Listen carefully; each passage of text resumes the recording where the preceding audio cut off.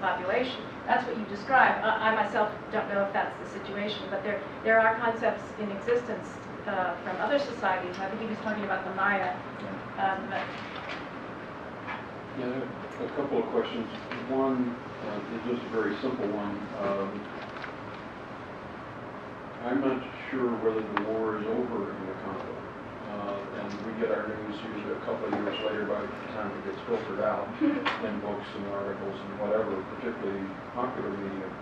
So my first question is there still significant fighting in the Congo in pockets or more broadly, even if there are UN peacekeepers running around those?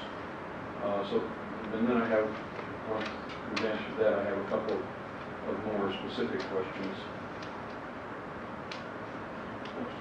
The war is officially over in 2000, was over in 2003, but that's not true. Right.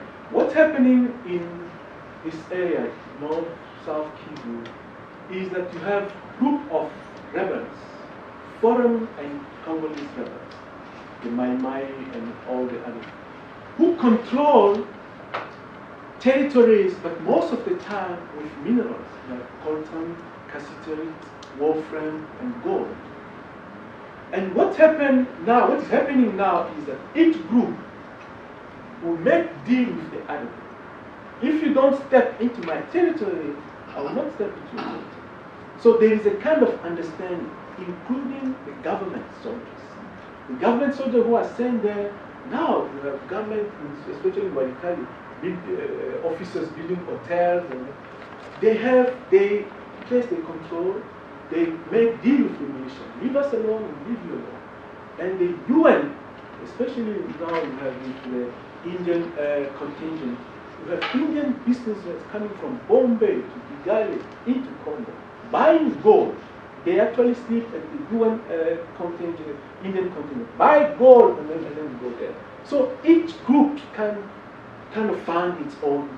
So that's why it's in the North Butembo place, that's what I explained, that all around it's peaceful because of that, not because of the war. The term failed state that is used in African discourse by scholars usually means a country that has fallen into war. The usual phrase, and it's hard to tell whether Congo is still a failed state, the other option for which many African countries fit is called fragile state, where they've come out officially of war. They're not even having fighting, take Sierra Leone, for instance, or Algeria, or the rest of them. They really come out of war. They have a real peace treaty. They've either gone through Truth and Reconciliation Commissions and trials at The Hague, and Rwanda is a similar situation. Yet they still face very difficult problems, and the problems usually break down, speaking more political science talk. First of all, there is the problem of both admitting to what happened in the war and coming to grips with it, whether it's by forgetting or by some other process like the Truth and Reconciliation Commission. In many of these countries, that doesn't work quite as smoothly as it sounds like if we just talk about it. Then they have a problem with when there was a failed state, or there was war, which is a simpler word for it, the institutions broke down. So I noticed in part of your dissertation there was talk about the coming back of chieftaincy, which is common in many of the places. In places like Sierra Leone, they, even before they went to war in '72, they eliminated local government in the sense of local councils or anything, and didn't establish it until their election of local governments in 2008. The parliament doesn't work. Again, I'll take the Sierra Leone example because I don't know the situation in Congo, but I'll lay heavy money that is very similar. Parliamentarians aren't paid well. They don't have separate offices. The entire staff for the parliament, for the committees, is 6 people for 31 committees and subcommittees, so on and so forth. They don't have the resources for Parliament to work well, and yet that's what's supposed to control, going back to the Adrian thing, the executive, and so on and so, I mean, I could go through a half dozen So it's a major money, institutions, it's an but economic problem there. yeah, each institution has its problem. The electricity isn't working, the water isn't always supplied well, the roads are still torn up, all the schools were destroyed during the war and are only now partly rebuilt. So I'm wondering, in the case of the Congo, I understand better these other nations. In the case of the Congo, how would you describe its situation other than it's still a tinderbox and these warlords have made agreements, but tomorrow morning those agreements could fall apart, and yet you still have to have UN peacekeepers even to keep the fragile relations.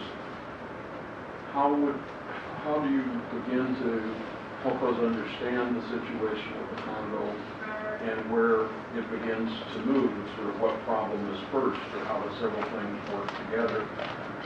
Whether or not you get the perfect state out of it, the main question is for the people who are living there that they have peace, sometimes called negative peace, meaning they're not killing each other, but also positive peace in the sense that there is some hope for the child who's going to school or whatever, if there is a school now, that the end result's going to be better. Yeah.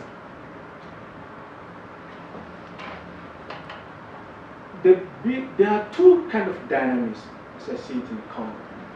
The first dynamism is what I described, kind of more homogeneous group trying to organize, trying to make life easier, livable. Because in that place, it's the only place where you have road in good conditions. Each trader has 50 kilometers of road to mend, to entertain. They put a toll gate, they collect money, and they do. If on your piece, road is not good, other traders will have to ask you what's going on. So there's a self-accountability in that place. And you found more or less same organization with the Bashi around Kivu, but it's not as well as in. So there is a kind of internal dynamism because of the country and the context on the ground. There is this internal dynamism of trying locally to control things and to organize. And the second dynamism is the outside dynamism led by the US, the EU, the UN, which want a centralized Congo. That's, unfortunately, the Congo, when we came out of the independence, we fall into the context of Cold War, where the biggest enemy was communism. And you have to put enough resources to send communists away from Congo minerals. They sustained Mobutu. Mobutu had no accountability on people, but he got money from outside to them. So, but after that, when everything collapsed, we started the war after the 80s, we have this now peace bar with the war on terror. Why the US is sustaining 1 billion year peacekeepers? Because they don't want Congo minerals to fall at the hand of this uncontrolled group. So that's why they want, so the external dynamic is to have one Congo. And so you have this friction between these two dynamics. That's what's happening now.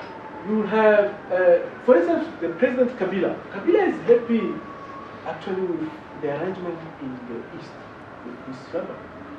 He doesn't have to put enough money, but he's happy that his power actually is, to control this. And actually, according to some analysts, Kagame have more leverage on the Eastern Congo than Kabila. So now, the people with this idea of institutions organized in the Barbarian way, for me, they made it very rigid. They think that's the way. My answer is no. The state is a form of relations. It's a kind of depending on the fight on the ground. What they are doing, the new social arrangement they are coming in, that's maybe it could grow, maybe it could extend.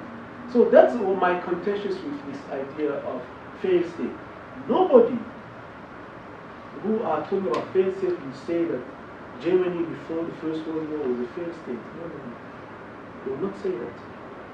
failed state is used in this case, in many African cases. So, I mean, there are many things involved in that. So that's how I explain these two dynamics, internal dynamics of this group. Somebody here, why should he wait for Kinshasa to tell him to arrange this? So that's how I see that maybe the internal dynamics will far better, will bring, unless Kinshasa is empowered from outside to go and bomb those people. That's not happening. Of course, the Belgians before, just like the NATO countries after independence, who worked together for a very long time, it's easier to control things if you have one person that you can buy. And so one can see why they're looking for a highly centralized hierarchical situation. But I happen to think from studying the ethnohistory and the archaeology that there's been a strong pattern of larger integration culturally in Congo, in the Congo Basin. So I see that there are indigenous long-term processes leading to that kind of pattern. So it is not just an idea from the NATO countries or a Cold War concept. That's just my point of view as an archaeologist. So, but one thing I want to emphasize is that the outsiders are very much involved. So that when one talks about any particular dynamic only in Congolese terms, it's leaving out a very important part of it. Is there another? Here we go. Thank you. David Van Lando. I have two questions. My first one is, how much of what you've been able to observe in the Butembo region is due to the homogeneous nature of the area that you just mentioned, so that it may be very difficult to extrapolate for the whole country once you leave out the homogeneous nature of that part of the country? And the second question is, how many people have told you that your theory will lead to cessation in the Congo, people asking to become independent and secede from the state? First, Butembo has a special position, as you can see, in the border of Uganda.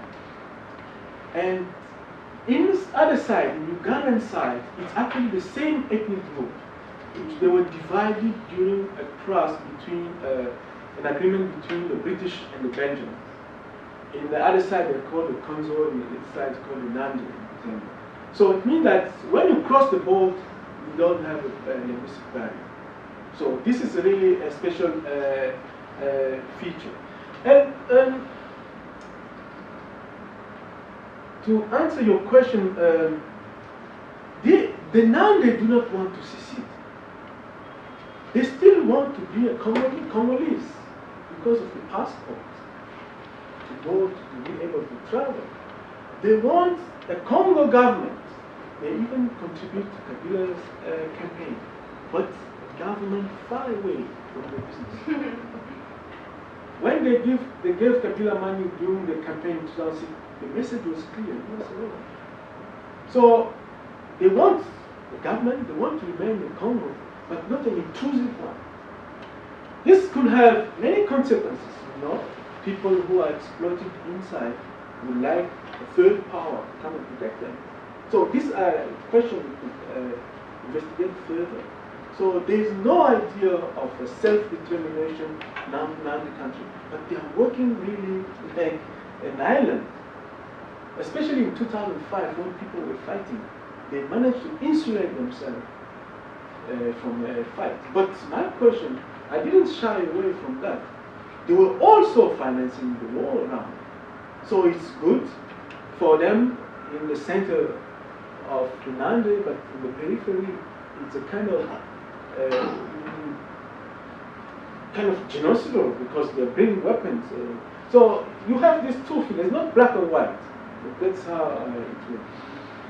So, in fact, there's been